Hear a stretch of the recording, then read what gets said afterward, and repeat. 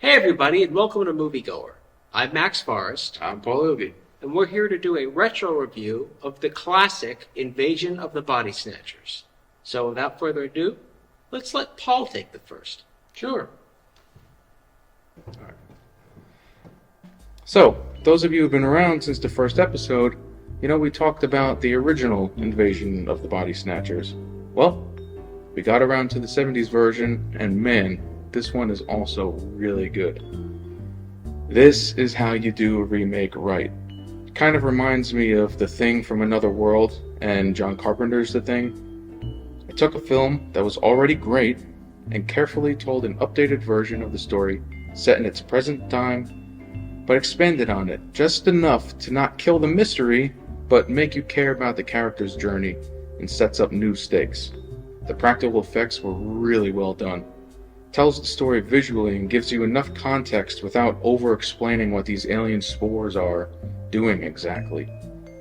And you can really feel the tension when they're unaware of their duplicates surrounding them.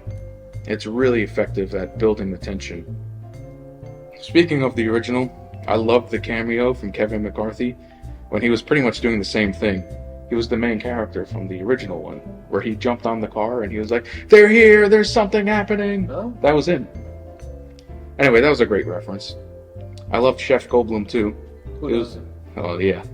It was fun seeing him before he was the spokesperson for Schlang Incorporated.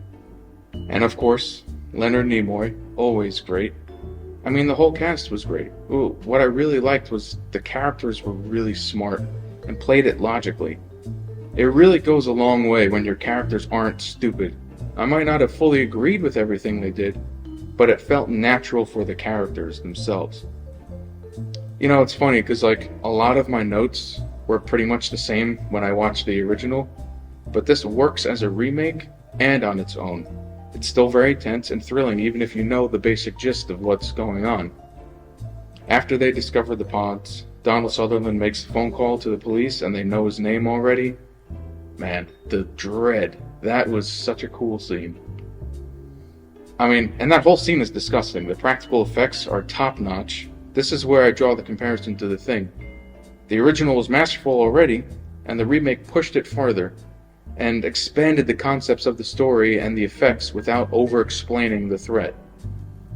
The last act is pretty similar in terms of story beats, but, just on location and execution is different, obviously. But man, even though you know what's coming, when Elizabeth falls asleep and starts crumbling, man, that was chilling and really, really, really well acted. The horror on his face as she fades away as he's holding her is terrifying.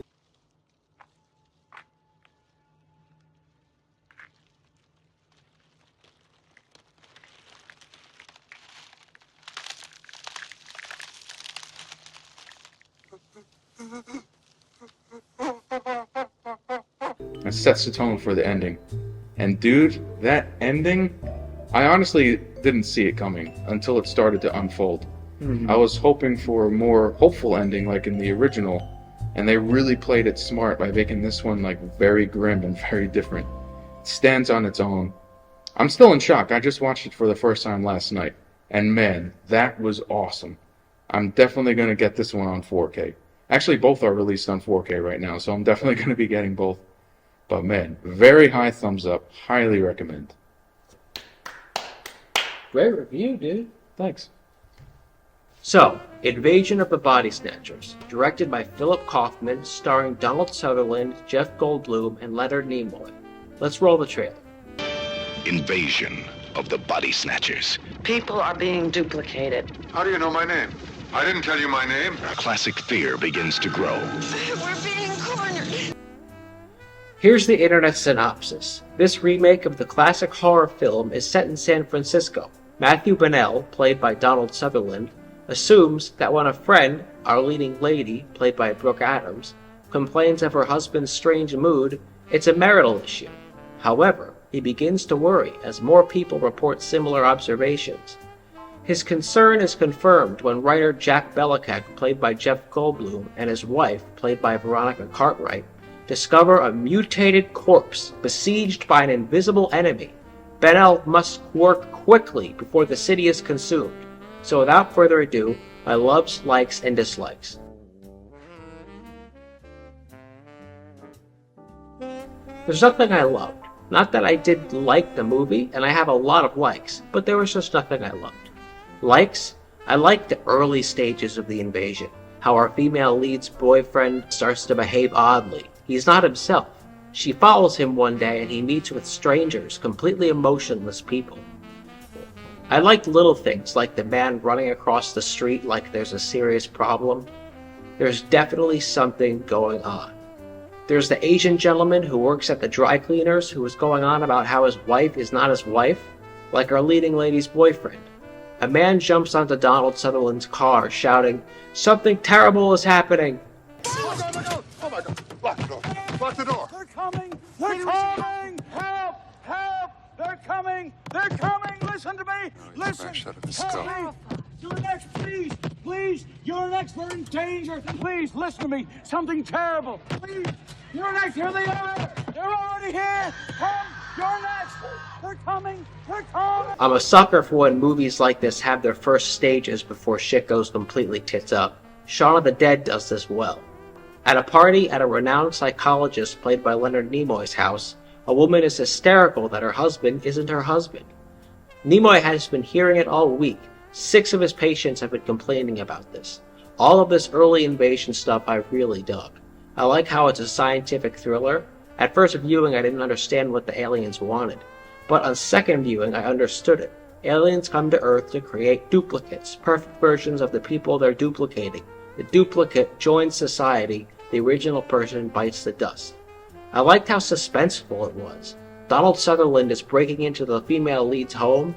Her quote-unquote husband is there. He has to sneak in, get upstairs, take her in his arms, and escape. Really edge-of-your-seat stuff, and the movie has a killer score. I like how widespread the invasion becomes. Donald Sutherland calls the police, and they know his name. They're all in on it. The world is being taken over. You can't walk the streets unless you're faking being a duplicate. Really tense and suspenseful stuff. And of course, when they get found out, they're chased by what are basically zombies. They make these horrible sounds.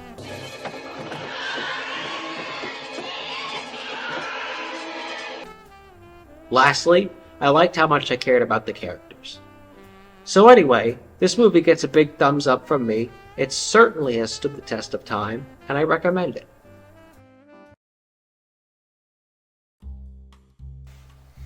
Man. Okay, so first off, we have to talk about that dog with a human face. Oh yeah. You know. What the hell was that? That was weird, man. You know what was funny too? It's like the score for most of the movie is, really, It's really good. really Oh, intense. Yeah, that like heartbeat kind of Yeah. feel. But what's funny is like I know that obviously the dog and that guy, that banjo player, that were usually together, hanging out together. So like I understand why there was banjo music playing in the background when the dog with the dog with the human face? Why was there banjo in the background? Because it was the guy who plays banjo. His That was his face? I thought that was his face because Oh, the the dog dog? was hanging out with the People. I have no it was idea. weird. Like I said, I loved the early stages of apocalypse movies. Yeah, I love seeing a guy running across the street while, yeah. the dry cleaner guy. My wife's not my wife, stuff like that. Yeah, all that. Like I said, Shaun of the Dead did that. Remember?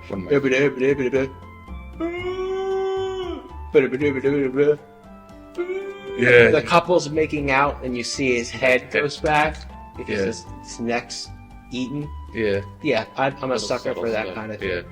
I like All that's great. Leonard Nimoy has had like 6 patients in the past. In the 1950s one, but from what I understand about the science is it duplicates you into this version of yourself that's whatever. like no emotions. Yeah, and then you, the person, die. Yeah, You crumble or whatever. yeah. Okay, was that in the 1950s version? Not so much the crumbling.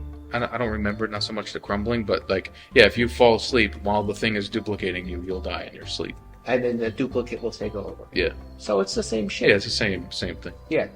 And I loved the duplicates Yeah. and how they were like zombies. They were Yeah. Yeah. and chasing after them. Yeah, that sound effect was really scary. And like that was like a really creative twist that like the original didn't really have that like kind of like screeching kind of thing. It reminded me of like the 28 Days Later zombies. Oh yeah, man. Yeah. Well, there you have it, folks. Stands the test of time. Really great movie. Highly recommended. Yes, definitely. Okay, so if you could subscribe, that would be fabulous. If you could support us on Patreon, that would be fabulous. And if you could share this video on Facebook or Instagram, I figure if enough people do that, following could snowball. Or just 15 people do it and nobody, nothing comes of it. But it's worth asking. Thank you. Thanks. Okay.